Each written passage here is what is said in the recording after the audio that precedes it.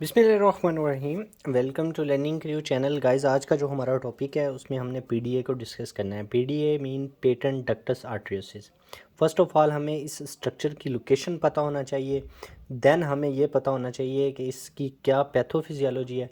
उसके बाद हम क्लिनिकल फीचर में जाएंगे और देन हमने इसको मैनेजमेंट करना इसकी देख लेनी है। ठीक है, तो ये चीज़ें हमने डिस्कस करनी है। First of all PDA mean patent ductus आर्टरियोसिस। Basically ये होता क्या है? अगर मैं एक नॉर्मल हार्ट का चैम्बर ड्रा करूं, पीछे मैंने फीटल सर्कुलेशन में पढ़ाया हुआ है।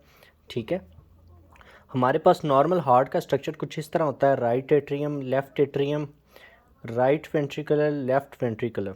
ठीक है, फीटल सर्कुलेशन में लंग होते हैं अनफंक्शनल। ठीक है, यहाँ से राइट वेंट्रिकल से पल्मोनरी आर्टरी निकलती है और लेफ्ट वेंट्रिकल से अयोर्टा निकलती है जो बॉडी को सप्लाई करती है। अब इनके दरमियान एक कनेक्शन होता है। आप होल कह सकते हैं, कनेक्शन कह सकते हैं, चैनल कह सकते हैं। ठीक है, तो ये जो चैनल होता है इसको हम कहते हैं डक्टस आर्टरियोसिस। क्या कहते हैं? चैनल क्या कहलाता है? डक्टस आर्टरियोसिस। डक्टस आर्टरियोसिस।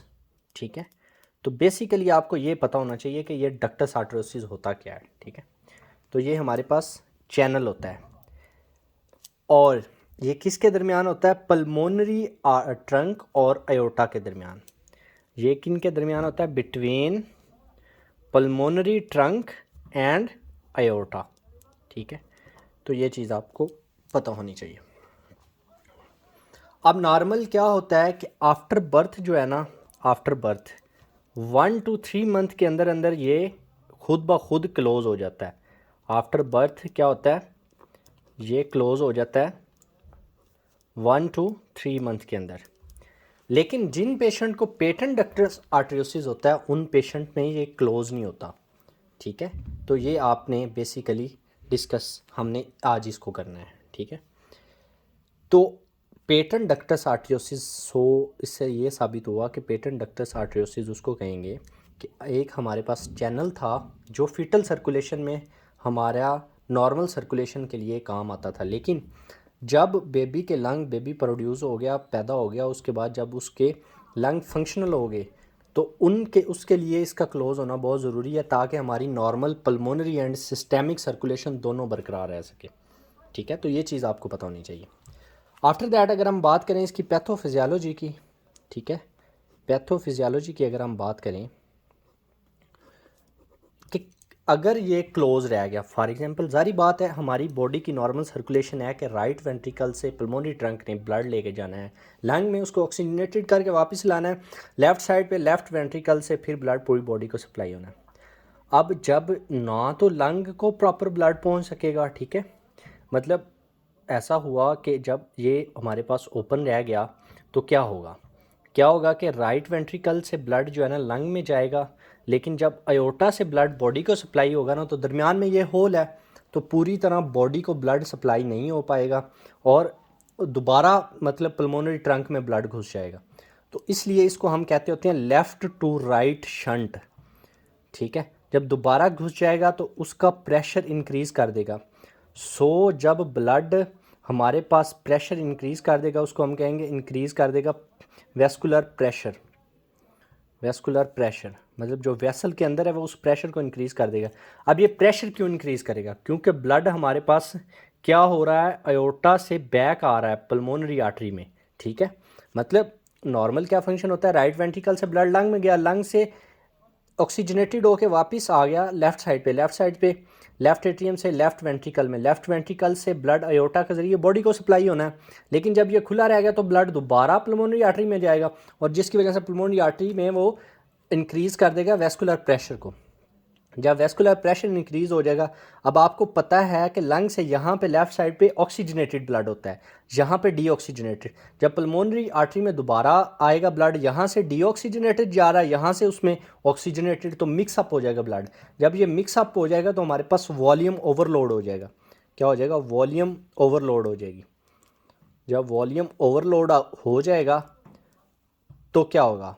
जब वॉल्यूम ओवरलोड आएगा, क्यों होगा? क्योंकि ब्लड हो गया मिक्सअप हो गया ब्लड, ऑक्सीजनेटेड एंड डीऑक्सीजनेटेड। ठीक है, तो ये चीज़ें आपको पता होनी चाहिए। उसके बाद जब वॉल्यूम ओवरलोड हो जाएगा तो ये क्या करवाएगा, पल्मोनरी हाइपरटेंशन। ये गाइस इसकी पैथोफिजियोलॉजी बहुत इंपॉर्टेंट है, आपको पता होनी चाहिए। पल्मोनरी हाइपरटेंशन करवा देगा, ठीक है। पेटेंट डक्टस आर्टरियोसिस बेसिकली होता क्या है, लोकेशन और पैथोफिजियोलॉजी आपको बता दी। उसके बाद अगर हम क्लिनिकल फीचर की बात करें तो कंसेप्ट से आपने याद रखना है, एसिम्टोमेटिक होगा मोस्टली, पेशेंट एसिम्टोमेटिक हो जाए क्योंकि ये नॉर्मल आफ्टर बर्थ क्लोज हो जाता है, ठीक है। लेकिन इसमें नहीं होगा, उस पेशेंट को रिकरंट क्या होंगी, रेस्पिरेटरी ट्रैक इन्फेक्शन होंगी जिस पेशेंट को ये होगा, क्योंकि उसको ऑक्सीजनेटेड डीऑक्सीजनेटेड ब्लड मिक्स हो रहा है, ठीक है। पुअर वेट गेन होगा क्योंकि जब उसमें प्रॉपर सर्कुलेशन ही हो जाए तो वेट गेन कैसे करेगा बच्चा, तो पुअर वेट गेन होगा उसमें, ठीक है। उसके बाद हमारे पास सेकंड चीज़ आती है, उसको फीडिंग डिफ़िकल्टी होगी। फीडिंग डिफ़िकल्टी होगी जब प्रॉपर सांस नहीं आ रहा होगा तो उसको फीडिंग डिफ़िकल्टी होगी।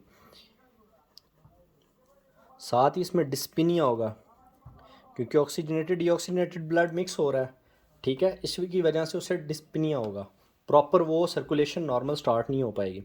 जब हमारे पास पुअर वेट गेन होगा तो बच्चे की ग्रोथ को रिटार्डेशन होगी, ग्रोथ रिटार्डेशन होगी, ठीक है। तो ये चीज़ें आपने याद रखनी है। देन हम इसमें देखना है कि इसकी डायग्नोज कैसे कर सकते हैं हम पेशेंट की डायग्नोज के लिए फ़र्स्ट ऑफ ऑल हमें हिस्ट्री लेनी है, ठीक है। उसके लवाहिकीन से हमने हिस्ट्री कलेक्ट करनी है। हिस्ट्री में वो हमें बताएंगे कि ये मसले आ रहे हैं, बच्चे की पुअर वेट है, डिस्पिनिया है, सिम्टोमेटिक था, पहले इसको कुछ नहीं था, ठीक है। तो आपने ये जज करना है, इसको बार बार जो है ना रेस्पिरेटरी ट्रैक का इन्फेक्शन हो रहा है, तो मतलब क्या मसला हो सकता है इससे, फिर हमने इसको अस्कल्टेट करना है, ठीक है। पेशेंट को एग्जामिनेशन, फिजिकल एग्जामिनेशन में मोस्ट इंपॉर्टेंट है अस्कल्टेशन इसकी करनी। अस्कल्टेशन में हमने मरमर सुनना है, इसमें हमारे पास डायस्टोलिक मरमर होगा जो हम S2 के बाद सुनते हैं, ठीक है। लेकिन ये जो मरमर वाहिद है वो S2 पे लाउडेस्ट होगा, ठीक है। तो इसमें कौन सा मरमर होगा, कंटिन्यूस मशीन लाइक मरमर होगा, कंटिन्यूस मशीन लाइक मरमर। जो मशीन की तरह मरमर होगा वो डायस्टोलिक मरमर होगा, ठीक है।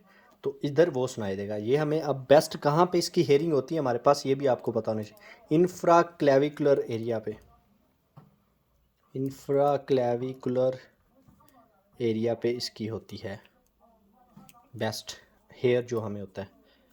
तो उसके बाद हमने इसकी ईसीजी करनी है, ईसीजी पे हमें अबनॉर्मलिटीज़ शो होंगी, जारी बात है, नॉट नॉर्मल सर्कुलेशन। उसके बाद हम इसकी चेस्ट एक्सरे करेंगे जिस पे हमें एक्सरे पे क्या नज़र आएगा, हार्ट की इन्लार्जमेंट नज़र आएगी, ठीक है। तो ये चीज़ें सारी जो है ना इसके मैनेजमेंट के ज़ुमरे में आती हैं। उसके बाद इसकी डायग्नोसिस के लिए हमें बहुत इंपॉर्टेंट 2 डायमेंशनल इकोकार्डियोग्राफी करनी होगी, ठीक है। ये बहुत इंपॉर्टेंट स्टेप है, 2 डायमेंशनल इकोकार्डियोग्राफी, डायमेंशनल इकोकार्डियोग्राफी, ताकि हम फाइंड कर सकें कि क्या मसला है, ठीक है। आगे हमने पीछे भी इकोकार्डियोग्राफी करते हैं लेकिन वो जो है डिफरेंट डिजीज़ के लिए डिफरेंट किस्म की है, जैसे हम ट्रांसथोरेसिक इकोकार्डियोग्राफी कर की है पीछे, ठीक है। तो इसको किसके साथ करेंगे, विद डॉपलर स्टडी। ये बहुत इंपॉर्टेंट है, ये पॉइंट आपने याद रखना है। कौन सा मेथड गोल्ड स्टैंडर्ड पीछे वाले डिजीज़ के लिए कौन सा था, वो हमारे लिए हमारे पास था थोरेसिक इकोकार्डियोग्राफी। वो डिजीज़ कौन सी थी, मिट्रल स्टीनोसिस था फॉर एग्जांपल, ठीक है। तो इसको ये करेंगे। उसके बाद जी हमें पता होनी चाहिए इस तरह के पेशेंट जो आ जाएँ उनको मैनेज कैसे करना है, ठीक है। मेन कंसेप्ट आपको पता होना चाहिए इसका। तो इसको मैनेज करने के लिए फ़र्स्ट ऑफ ऑल हम इसको एंडोमेथासिन देंगे, एंडोमेथासिन, ठीक है। इसकी डोज़ भी आपको याद होनी चाहिए, कितनी डोज़, 1.1 0.1 टू 0.25 mg पर kg देंगे, ठीक है। तो ये आपको बताना चाहिए। अब ये क्यों देंगे, ये हमें हेल्प राइज करेगी इसको क्लोज होने में, ठीक है। एंटी प्रोस्टाग्लैंडियन भी हम यूज़ करते हैं, एंटी प्रोस्टाग्लैंडियन भी यूज़ करते हैं, ठीक है, ताकि वो उस जो हमारे पास चैनल है उसको आगे कहीं सेपरेट ना होने दे, वहीं पे रहे वो चैनल, ठीक है। तो ये चीज़ें हम इसमें यूज़ करते हैं। उसके बाद अगर हम बात करें तो सर्जिकल मैनेजमेंट की, सर्जिकल मैनेजमेंट में जो हम चूज़ करते हैं उसमें हम क्लोज़ करते हैं, इसको क्लोज़ सर्जरी करते हैं, क्लोज़ हार्ट सर्जरी जिसको बोलते हैं। अब इसका एक चीज़ आपको याद होनी चाहिए कि ये किस ड्यूरेशन में आप कर सकते हैं, 3 to 10 ईयर के दरमियान आप कर सकते हैं, अदरवाइज़ इस पेशेंट को आपने नहीं छेड़ना क्योंकि फिर रिकवरेबल नहीं होगा पेशेंट। सो ये गाइस आज का हमारा टॉपिक था। अगर आपको वीडियो अच्छी लगी kindly like, subscribe and share करें please. Thank you so much.